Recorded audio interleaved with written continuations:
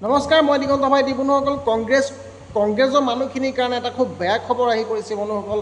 এইবাৰ কংগ্ৰেছ বহুত বেয়াকৈ হাৰিছে বন্ধুসকল, বহুত বেয়াকৈ হাৰিছে।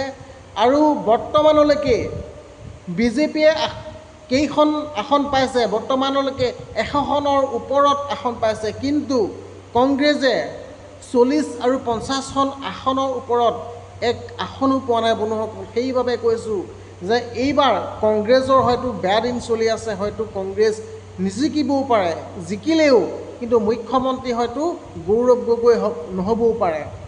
আৰু বিজেপি যে সম্পূৰ্ণৰূপে ওপৰত উঠি গৈ আছে, সেইটো একেবাৰে সঁচা কথা বন্ধুসকল। এইবাৰ বিজেপি জিকিব আৰু জিকিব, জিকিয়ে থাকিব।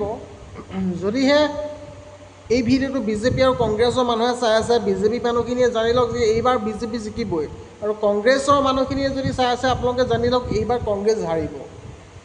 জিকিব, বহুত কেইখনত জিকিব, কিন্তু মুখ্যমন্ত্ৰী হ'ব কিন্তু হিমন্ত বিশ্ব শৰ্মা। ঠিক আছে, এইটোৱে বাতৰি আপোনালোকক মই দিবলৈ আছিলে।